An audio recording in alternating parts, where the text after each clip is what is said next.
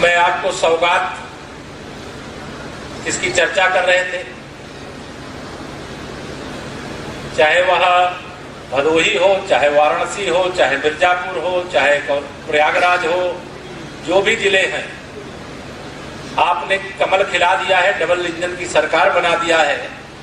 तो काम तो बहुत है, लेकिन कोई काम अधूरा ना रह जाए, इसका प्रयास सरकार के माध्यम से हम करते हैं। लेकिन हमारा माध्यम क्या होता है? हमारा माध्यम होता है संगठन, हमारा माध्यम होता है हमारे सांसद, हमारे माध्यम होते हैं हमारे विधायक। दो चीजें ऐसी आई हैं जिनकी मैं घोषणा की अपेक्षा की गई, मैं घोषणा कर दे रहा हूं। जो हम कहते हैं वो हम करते हैं। मांग रखी है, इसलिए रामपुर घाट जो गंगा जी पर सेतु बनाने की बात है, मैं उसकी घोषणा कर रहा हूं। यहाँ जो अधिकारी होंगे उसको नोट करेंगे, बिना विलंब किए इसके आगमन की प्रक्रिया शुरू करेंगे और हम जल्दी से जल्दी कैसे मध्य प्रदेश से उत्तर प्रदेश को जोड़ दें, कैसे मां के भक्तों को मां के दरबार में पहुंचने में जो थोड़ी भी असुविधा है वो असुविधा दूर हो जाए। तो होगा सब मां विंध्यवासिनी मैया के, गंगा मैया की कृपा से ही और आप सबके आशीर्वाद से। दूसरा, एक और माधव सिंह जो रेलवे लाइन है उस पर रेलवे ओवरब्रिज की मांग किया है। आजकल आप लोगों ने बड़े फ्लाईओवर देख लिए हाईवे पे, इसलिए जहां कहीं भी है तुरंत बनाने की बात कही। मैं निश्चित तौर से मानता हूं कि इसकी आवश्यकता मैं पहले से भी जानता हूं, दोनों विषयों को जानता हूं। तो मैं रेलवे ओवरब्रिज भी बनाने की यहाँ पर घोषणा कर रहा हूँ। उसकी जो प्रक्रिया होती है उसको हम पूरा करवाने मैं यहाँ आपको जानकारी देकर के जा रहा हूँ। डिगरीपुर घाट पर पक्का पुल जरूरत है कि नहीं है? तो फाइल आ गई होगी और मैं यहाँ से जब लखनऊ पहुंचूंगा, कल तो रविवार है, लेकिन सोमवार मंगलवार जब भी आएगी मेरे सामने फाइल में उसे स्वीकृत कर दूंगा, उसे वापस। और भी बहुत सारी मांग का पुलिंदा दिया आप लोगों ने देख लिया होगा। हमारी कोशिश रहती है, विकास हमारी सरकार की प्राथमिकता है और सबका साथ सबका विकास। 7 साल से अधिक का समय केंद्र में हो गया और 4.5 साल से अधिक का समय प्रदेश में हो गया। जहां की जनता ने कमल खिलाया था वहां पर भी हमने विकास किया है और जहां के विधायक एक भी सड़क मांगने के लिए नहीं गए थे वहां पर भी हमने विकास किया। क्यों किया है? क्योंकि हमें सबके लिए, जिन्होंने, हमारे प्रधानमंत्री जी क्या कहते हैं, जिन्होंने हमें वोट दिया है हम उनके लिए भी काम कर रहे हैं, जिन्होंने नहीं दिया हम उनके लिए। यही तो लोकतंत्र है। लेकिन इस बार ये नहीं चलेगा, इस बार हमें 3 सीट चाहिए। लोगे कि नहीं? पहले बता दो। मिलेगा। दोनों हाथ सब लोग उठा के बता दो, कोई संकोच मत रहना। 3 की 3 सीट, ठीक है? और ये भारत माता की। मुझे विश्वास है भदोही के कार्यकर्ताओं की ताकत पर, भदोही की जनता जनार्दन पर, भदोही में किए गए विकास कार्यों के बल पर मैं ये कह सकता हूं कि यहाँ की जनता का आशीर्वाद भारतीय जनता पार्टी को 2022 के लोक विधानसभा चुनाव में 3 के 3 कमल खिला करके आप देने वाले। मैं कहीं पूछा जाए बता सकता हूं ना? ये तो नहीं मेरे सामने हाथ उठा दिए बालू ने, हम तो 2 के लिए कहे थे, 3 के लिए नहीं कहे। ऐसा तो नहीं, 3 सब लोग हाथ रख 3 ना।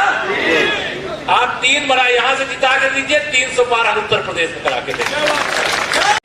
अब 2022 का चुनाव महत्वपूर्ण है, इसको ध्यान रखना।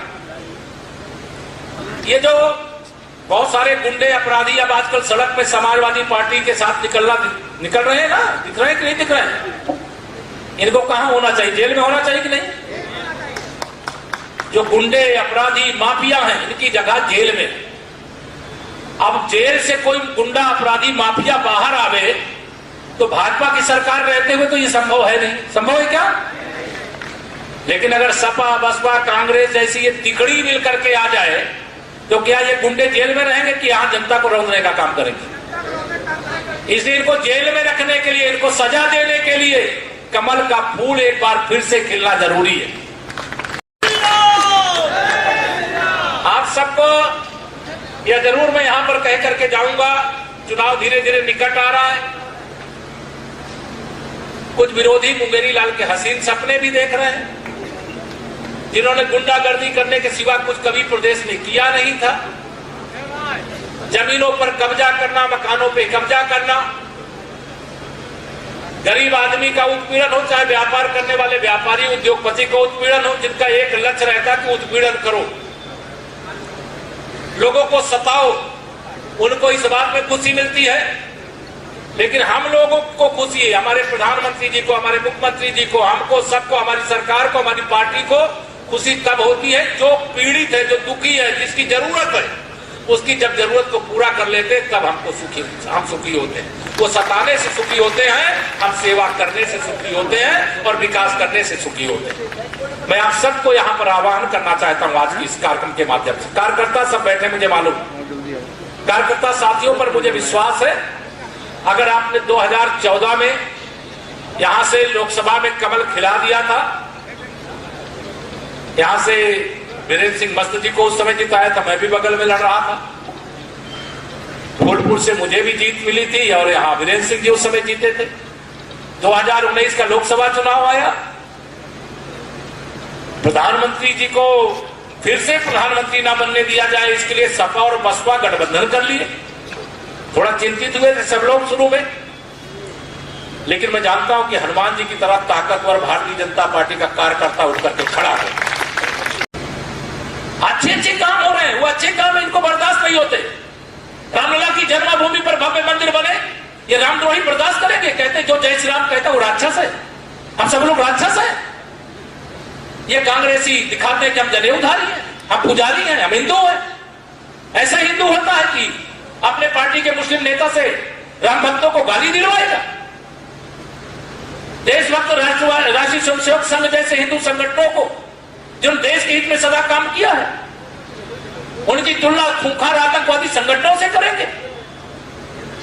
जिसने देश का विभाजन करवाया, उस मोहम्मद अली जिन्ना को, अखिलेश अली जिन्ना, उसको कहेंगे कि वो देश की आजादी में उनका योगदान था?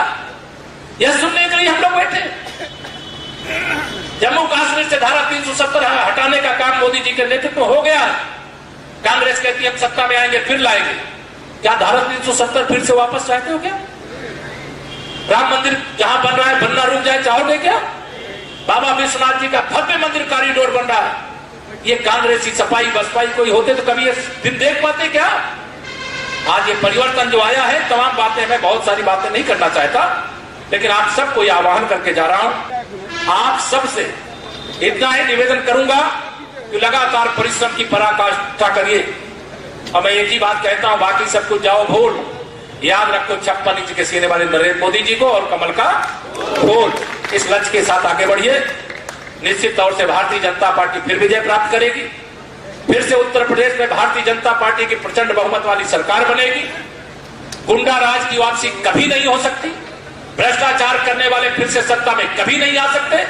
गरीबों का खून चूसने वालों को अब अवसर उत्तर प्रदेश और देश में निकट भविष्य में कभी मिलने वाला नहीं है। यह भरोसा रखना, विश्वास रखना, और इस विश्वास के साथ अपने कर्तव्य पथ पर आगे बढ़े। आप सभी कार्यकर्ताओं को बहुत बहुत अभिनंदन करते हुए आप सबको बधाई देता हूं, शुभकामना देता हूं।